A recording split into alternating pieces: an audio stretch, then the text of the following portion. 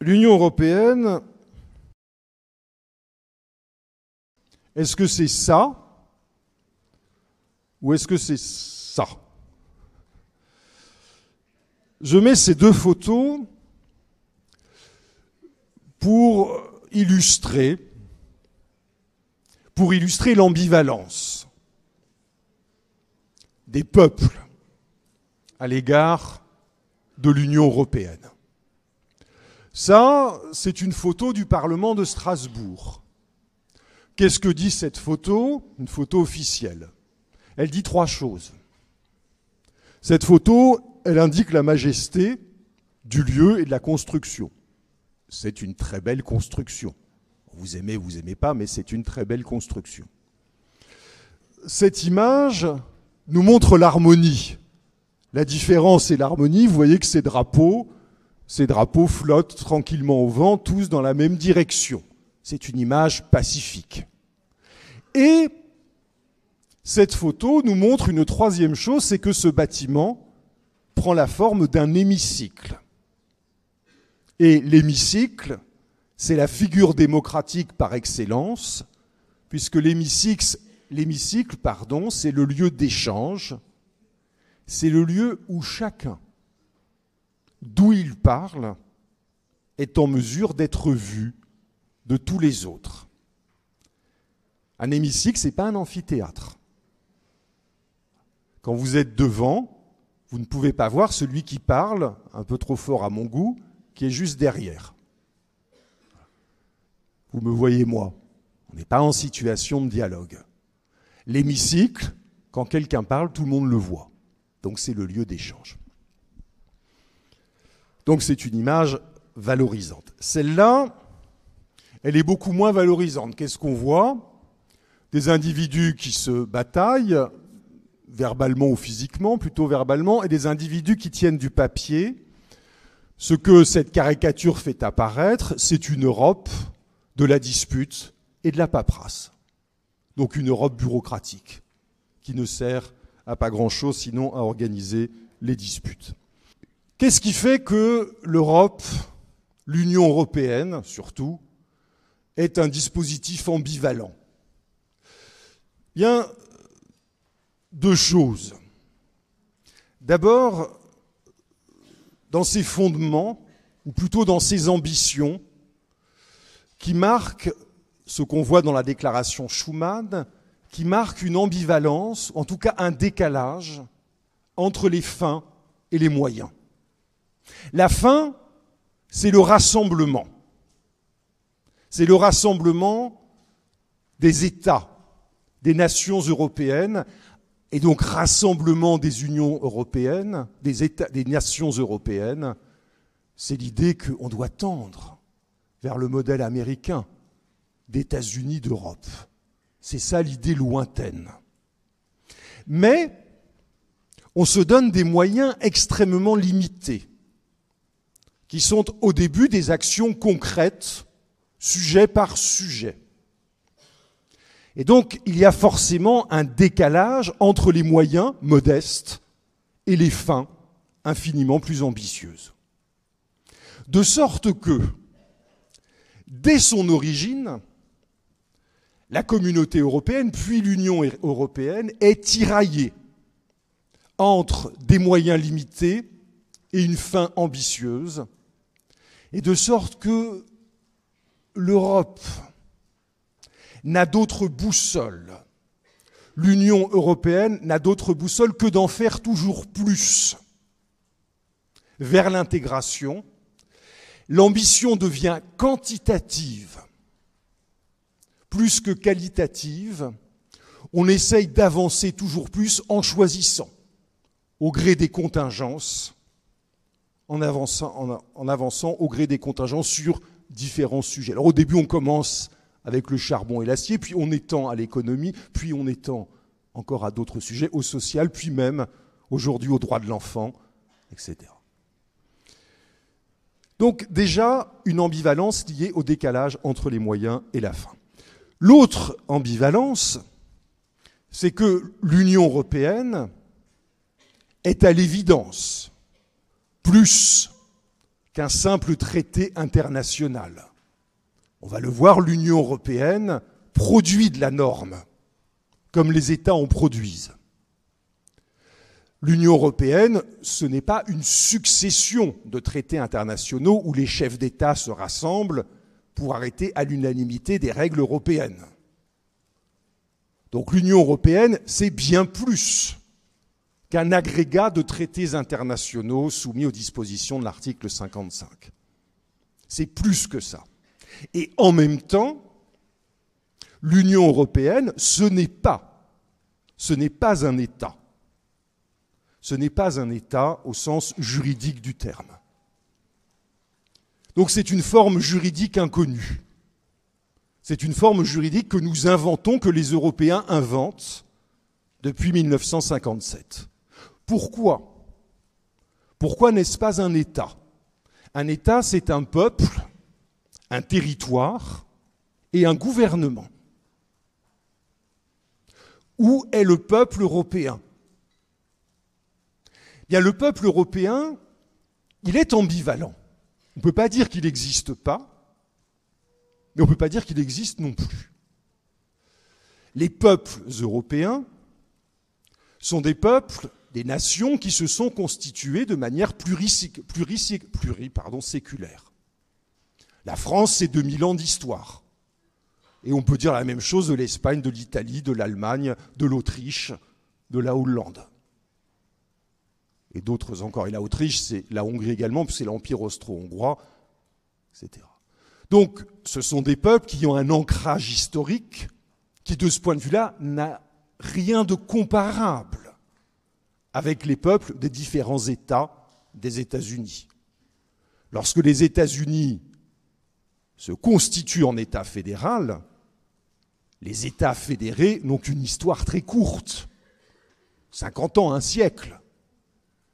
Certes, on ne vit pas en Louisiane comme on vit en Californie, mais l'identité de Louisiane n'est pas plus différente de l'identité en Californie qu'il y a de différence entre l'identité en Auvergne et celle en Bretagne.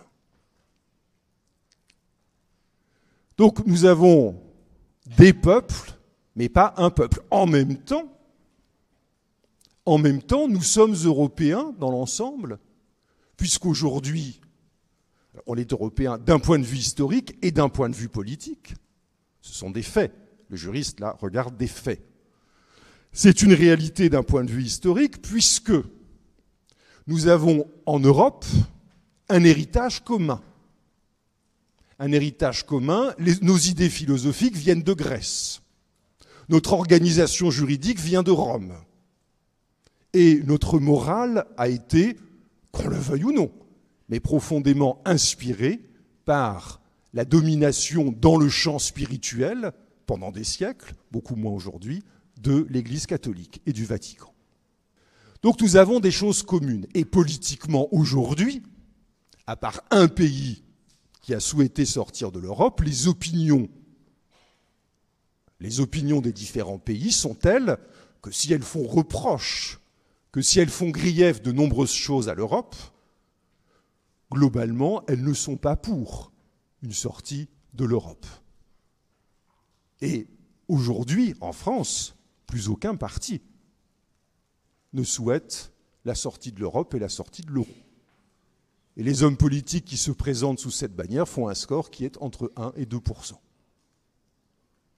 Et globalement, même dans les États qui adoptent un régime politique plus autoritaire que le nôtre, il n'y a pas d'intention majeure de sortir de l'Europe. Il y a donc une conscience européenne commune, et donc les individus en Europe sont à la fois des nationaux et des Européens. Le territoire européen, ce territoire est mouvant. Il n'a pas la stabilité qu'ont aujourd'hui acquis les territoires des différents États. Les frontières ne bougent plus, pratiquement plus en Europe, depuis les conflits en Yougoslavie. Mais en revanche, les frontières de l'Europe bougent. Il y a les sortants et puis il y a les entrants. Donc nous n'avons pas un territoire aussi uniforme que d'autres États et que les États-Unis d'Europe, les États-Unis d'Amérique auxquels on se compare. Et puis enfin, un gouvernement, il n'y a pas de gouvernement européen qui fonctionne comme les gouvernements des différents États, avec un exécutif, un législatif et un judiciaire qui fonctionnent sur le même modèle. Donc, c'est l'introduction. Nous avons tous les ingrédients de l'ambivalence, tous les ingrédients pour constater nécessairement que l'Union européenne est un dispositif juridique complexe. C'est plus qu'un traité, mais c'est moins qu'un État. Donc, première partie, l'Union européenne, est plus. L'Union européenne va au-delà du traité. L'Union européenne va au-delà du traité, d'abord dans sa façon de produire la norme. Elle va au-delà du traité comme source de droit, mais également comme contenu juridique. Ce que vous devez bien retenir, c'est que le particularisme essentiel de l'Union européenne est qu'elle est dotée d'institutions, qui, par elles-mêmes, sont habilitées à produire des normes qui s'ajoutent au traité fondateur, traité de l'Union européenne et traité de fonctionnement de l'Union européenne, les deux coexistent. Ce qui veut dire qu'on distingue, et retenez bien ces expressions, on distingue au sein de l'Union européenne ce qu'on appelle les règles primaires, celles qui figurent dans les traités fondateurs, et le droit ou les règles dérivées, qui sont des règles issues des institutions européennes, Commission, Conseil, et on verra comment cela fonctionne. Ces règles dérivées, il y en a essentiellement deux. Ce sont les règlements européens, qui s'imposent dans les États membres qui s'imposent dans les États membres et qui s'imposent dans les États membres avec le rang de normes internationales. Donc la norme européenne fabriquée, le règlement européen qui est fabriqué par les institutions européennes, sans recourir à la procédure du traité, en recourant aux règles de fonctionnement de l'Union européenne. Donc ces règlements qui sont adoptés au sein de l'Union européenne s'imposent dans les États membres au même titre qu'une norme internationale, donc elles sont au-dessus de la loi.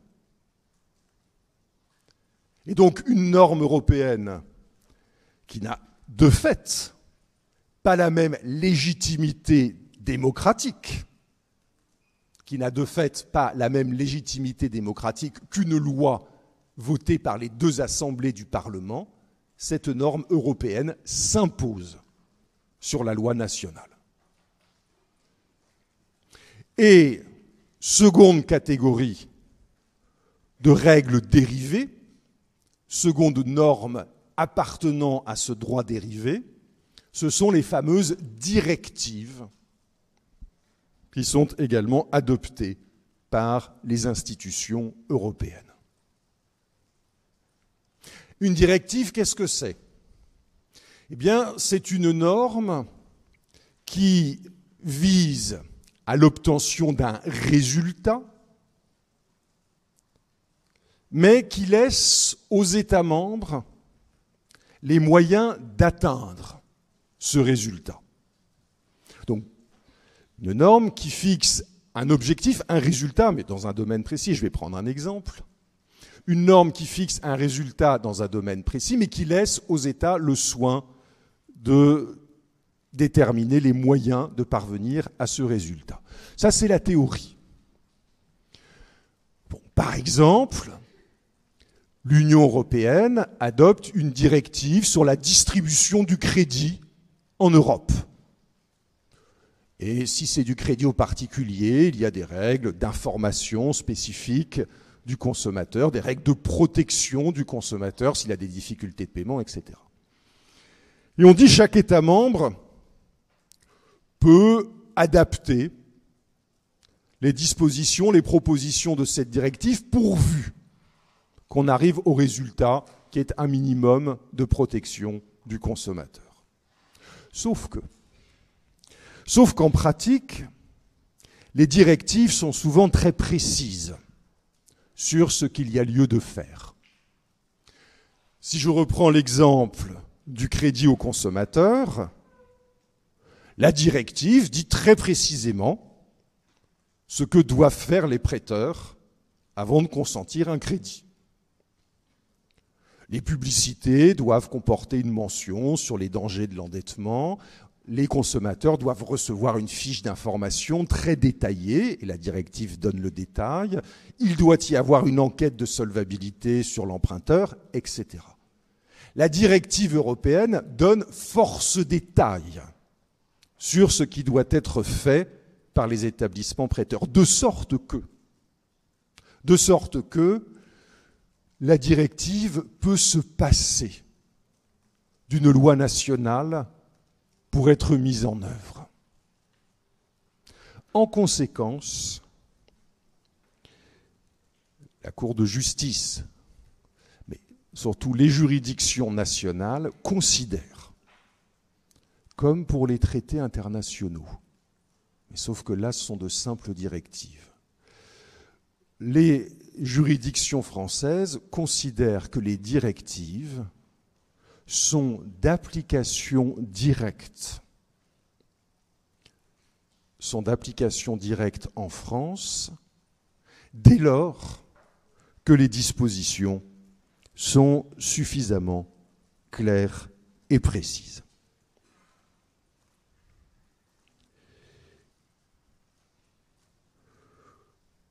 Donc une directive qui n'est pas mise en œuvre par une loi nationale s'appliquera de fait dans le droit national si elle comporte des dispositions claires et précises. Or, l'expérience montre que la plupart des directives comportent des dispositions claires et précises qui autorisent les juges à en faire application.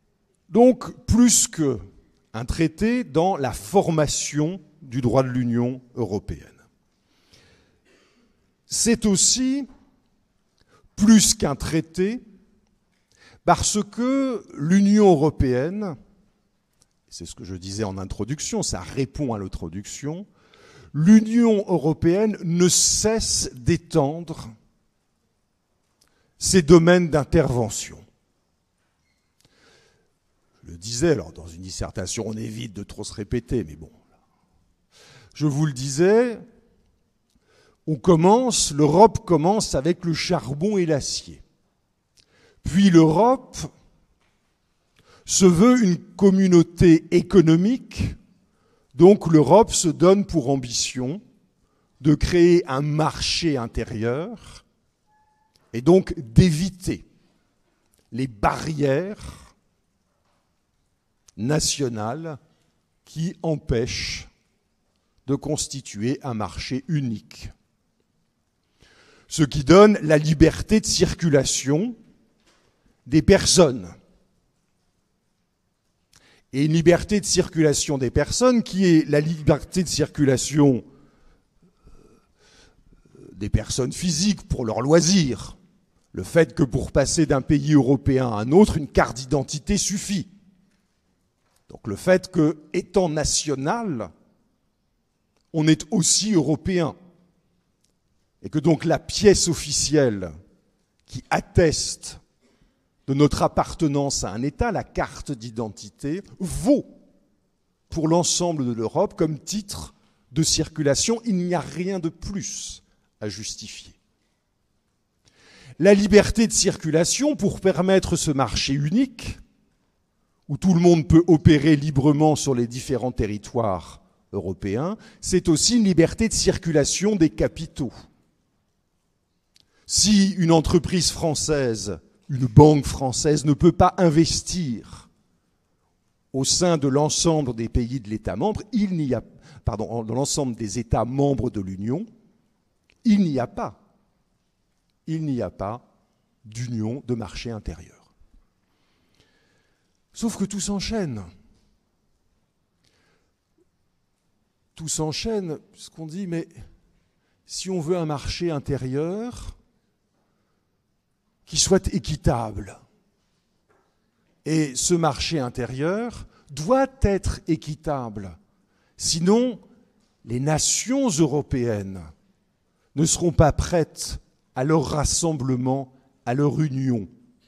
Si le salarié d'un État plus pauvre est moins bien traité, ou plutôt, si le salarié d'un État plus prospère est beaucoup mieux traité que le salarié d'un État moins prospère, il y a ce qu'on appelle un dumping social.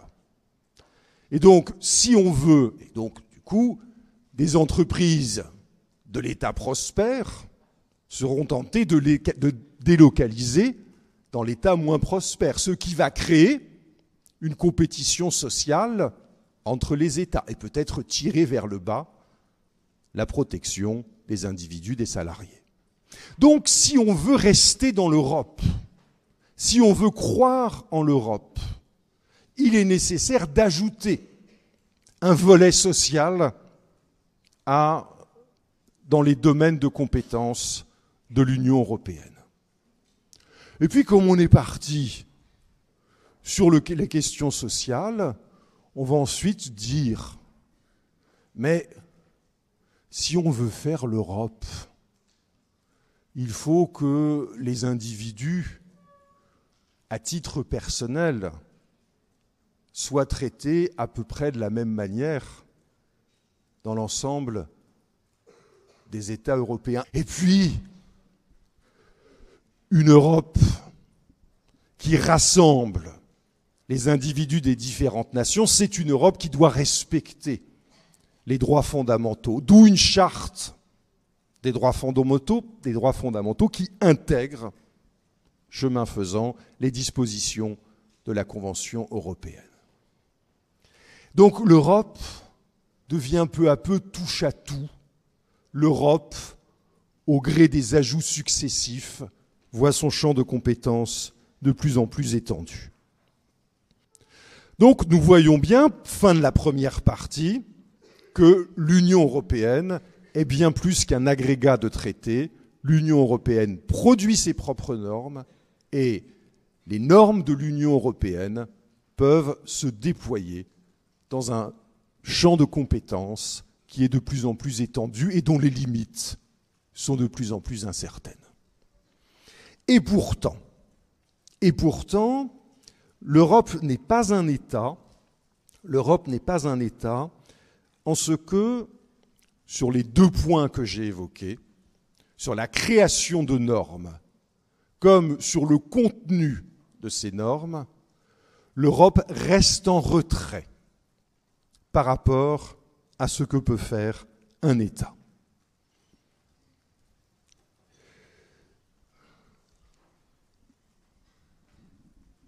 Nous l'avons vu, alors premier point, la production des normes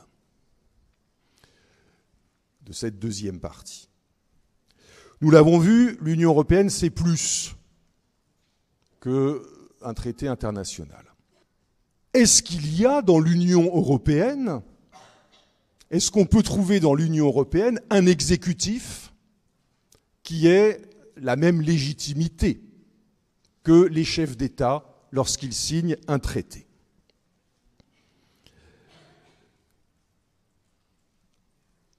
La réponse est non. En Europe, l'organisation, l'instance, et là retenez bien ceci, en Europe, l'instance qui tient lieu de pouvoir exécutif. L'instance qui tient lieu de pouvoir exécutif, c'est la Commission européenne. La Commission européenne, comme exécutif, a, comme n'importe quel exécutif dans un État, la Commission européenne a pour rôle de veiller à l'application des règles européennes, règles primaires, règles dérivées. La Commission européenne a également, comme tout exécutif, un rôle d'initiative dans la préparation, dans la rédaction des règles européennes, des règles dérivées. C'est à la Commission européenne que s'écrivent les projets de règlement, les projets de directive. Exactement comme en France et dans les autres États, c'est au sein des ministères que s'écrivent les projets de loi. Sauf que cette Commission européenne n'a pas de légitimité démocratique. Non pas parce que les membres de la Commission européenne ne sont pas élus. Ce n'est pas ça la raison principale. La raison principale est que les membres de la Commission européenne ne sont pas censés, les membres de la Commission européenne ne sont pas censés représenter les États. Ne sont pas censés représenter les États. Les membres de la Commission européenne sont en nombre inférieur au nombre d'États membres. Il y a 18 membres de la Commission et 27 États membres. Et les membres de la Commission sont nommés en raison de leurs compétences dans un domaine spécifique et non pas en raison d'un accord politique entre les États membres. Évidemment qu'il y a un peu de gesticulation politique, puisque chaque État membre aimerait bien avoir son membre de la Commission. Quand on est la France, pays fondateur, on a un représentant français dans la Commission, mais on ne lui demande pas de représenter la France, on lui demande d'exercer en toute indépendance son rôle de commissaire dans son domaine de compétences. Donc cette commission, ce pouvoir exécutif est détaché des exécutifs nationaux. Il n'a pas de légitimité démocratique dérivée de la légitimité des exécutifs nationaux. Ce n'est pas le président français qui envoie son ministre des Affaires étrangères.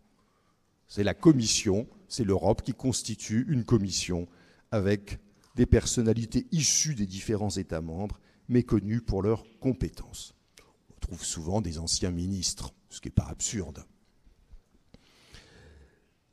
Donc comment faire pour mettre de la légitimité démocratique dans le fonctionnement de l'Union européenne, sans en revenir pour autant au mécanisme du traité international qui lui suppose l'unanimité de tous les États, de tous les représentants des États. Donc il faut mettre de la légitimité, mais faire quelque chose de plus souple que le mécanisme de fonctionnement d'adoption des traités internationaux, faire quelque chose de plus souple. Sinon, il y aurait très peu de production de normes dérivées, de normes européennes. Alors comment on fait ? La solution, c'est d'abord le Parlement européen.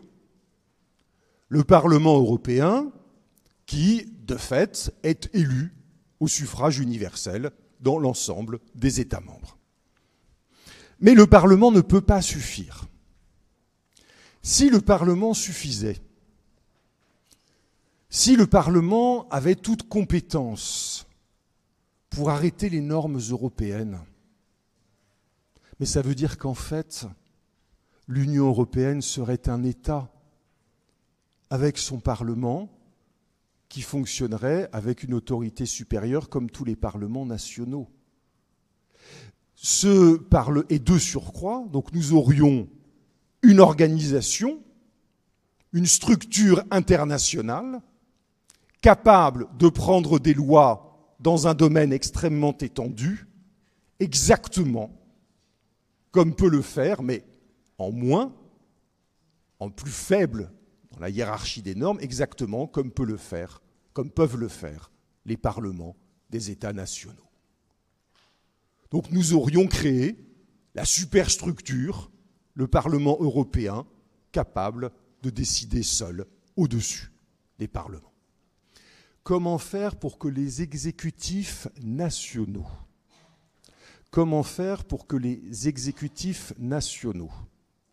qui ont une légitimité démocratique, parce qu'ils procèdent des souverainetés nationales, comment faire pour que les exécutifs nationaux qui ont une légitimité démocratique aient également voix au chapitre dans le fonctionnement de l'Union européenne et dans les modalités d'adoption des normes européennes. Bien, comment on fait ? On institue à côté de la Commission ce qu'on appelle le Conseil.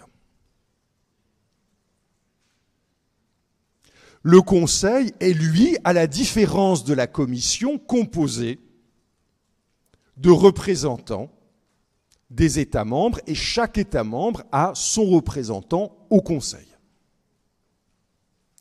Donc le Conseil représente de fait les exécutifs nationaux ayant chacun ayant une légitimité démocratique.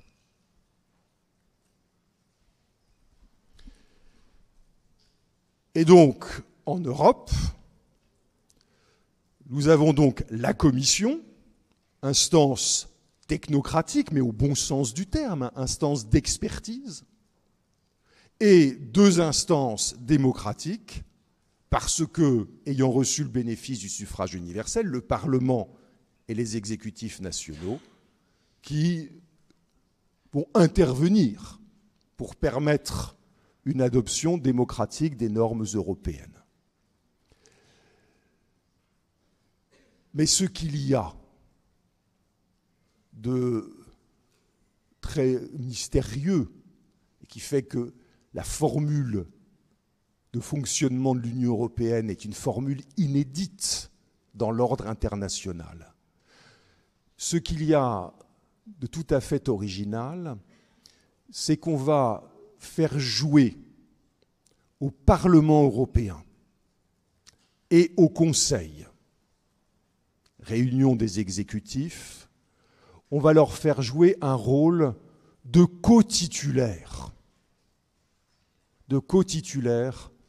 du pouvoir législatif en Europe. Ce qui veut dire que toutes les normes européennes vont devoir, après avoir été proposées par la Commission, les normes européennes, règlements, directives, seront considérées comme adoptées, donc s'imposant dans les États membres, à la double condition d'avoir recueilli une majorité au Parlement et à la condition d'avoir obtenu une majorité qualifiée au sein du Conseil rassemblant les exécutifs nationaux. Sauf que la majorité au Conseil est une majorité qualifiée. Ça n'est plus une unanimité. Donc les normes européennes sont adoptées au sein d'un processus qui est complexe, vous l'avez compris, mais d'un processus qui reste beaucoup plus souple, beaucoup moins exigeant que le processus d'adoption des traités qui requiert l'unanimité. Quelle est cette majorité qualifiée ? Cette majorité qualifiée, c'est 55% des États membres représentant au moins 65% de la population européenne.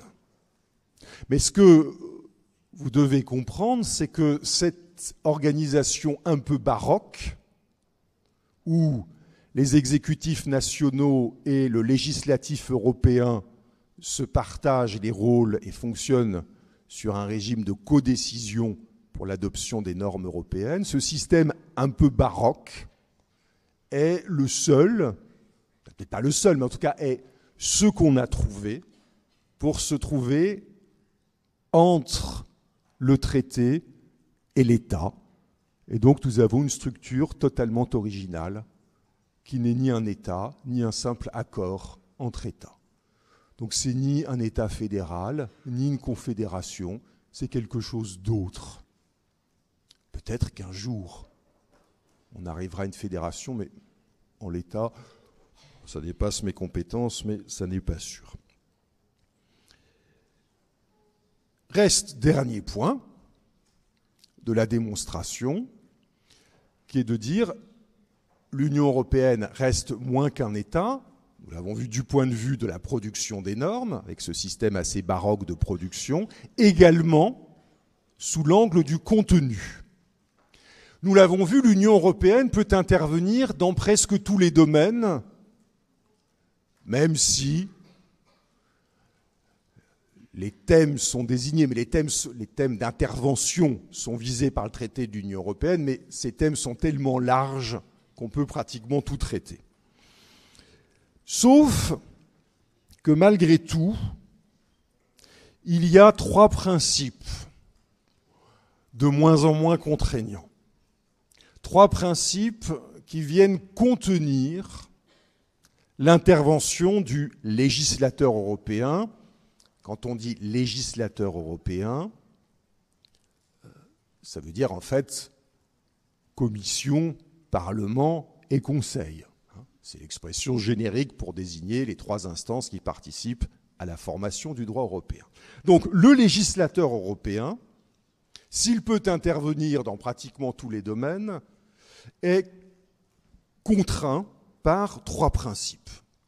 Un principe qui est dit d'attribution, principe d'attribution en vertu duquel toute compétence non attribuée à l'Union appartient aux États membres, je cite les articles 4 et 5 du traité de l'Union européenne. Donc toute compétence non attribuée à l'Union dans les traités appartient aux États membres. C'est une proposition dont la force contraignante est de plus en plus faible. Comme les compétences de l'Union européenne sont définies de plus en plus largement, cette compétence d'attribution devient pratiquement une compétence générale. Quand on peut s'occuper des enfants, du social, de l'égalité entre les hommes et les femmes, de l'environnement, de l'économie, de la libre circulation, des droits fondamentaux, à vos souhaits, il n'y a plus grand-chose qui échappe vraiment aux compétences européennes. Alors, il en reste, malgré tout, de ce principe d'attribution, une certaine prudence de l'Union européenne, mais encore, d'une certaine manière, l'Union européenne est prudente dans la temporalité. Donc c'est petit à petit qu'elle grignote les domaines qui lui échappent encore, mais tous finissent par être atteints. Vous voyez, en droit de la famille, le seul point qui n'est plus affecté par la réglementation européenne, c'est le mariage. Mais en revanche, le divorce l'est, à travers les enfants. Les successions le sont, les régimes matrimoniaux aussi. Vous voyez qu'on est cerné. Et la filiation l'est aussi. Alors on est cerné. Vous voyez que le domaine de compétence, la compétence d'attribution s'étend sans cesse et que la compétence des États membres diminue sans cesse. Le second principe qui contraint l'Union européenne, quel est-il ? On en entend beaucoup parler, sans savoir généralement ce que c'est. Oui, je l'ai entendu. C'est le principe dit de subsidiarité. Le principe de subsidiarité, l'Union intervient seulement. Je cite l'article 5.3 du traité de l'Union européenne, et vous voyez, ce n'est pas la peine de donner une définition s'il y en a une dans le texte et qu'elle est claire. L'Union européenne intervient seulement, c'est cité dans le poli, ce n'est pas la peine de noter, écoutez, l'Union intervient seulement si, et dans la mesure où, ça c'est de la prose européenne, les objectifs de l'action envisagée ne peuvent pas être atteints de manière suffisante par les États membres. Donc l'Union européenne intervient seulement si ces objectifs ne peuvent pas être réalisés par les États membres. Donc vous voyez bien que si on veut constituer un marché unique, il faut sans cesse que l'Union européenne intervienne, puisque si on laisse faire les États membres, chacun adoptera ses législations et ces législations différentes seront autant d'obstacles à la constitution d'un marché intérieur. Donc vous voyez qu'ici, la subsidiarité a peu d'incidence, crée peu de contraintes pour le législateur européen.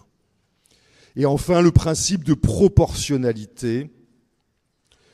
L'action de l'Union européenne ne doit pas excéder ce qui est nécessaire pour atteindre les objectifs des traités. Donc, en principe, ne doit pas dépasser ce qui est nécessaire, c'est écrit dans le poli. Donc, en principe, l'Union européenne intervient à minima. Et pour qu'il y ait un marché intérieur, il faut respecter un certain nombre de grands principes. Pour le reste, vous pouvez vous adapter. Mais là encore, il est assez rare qu'on juge que cette proportionnalité ne soit pas respectée. Et oui, pardon, je termine par là. À partir du moment où les objectifs des traités se ramènent en dernière analyse à un rassemblement des nations européennes, en fait, l'objectif final, même s'il n'arrivera peut-être jamais, mais l'objectif intellectuel, c'est bien la constitution d'une union sous forme d'un rassemblement, sous forme d'un État. Et donc, si on fait référence aux objectifs, ce que je dis est un peu tiré, mais quand même, si on fait référence uniquement aux objectifs, il n'y a pas de raison de proportionner l'intervention de l'Union.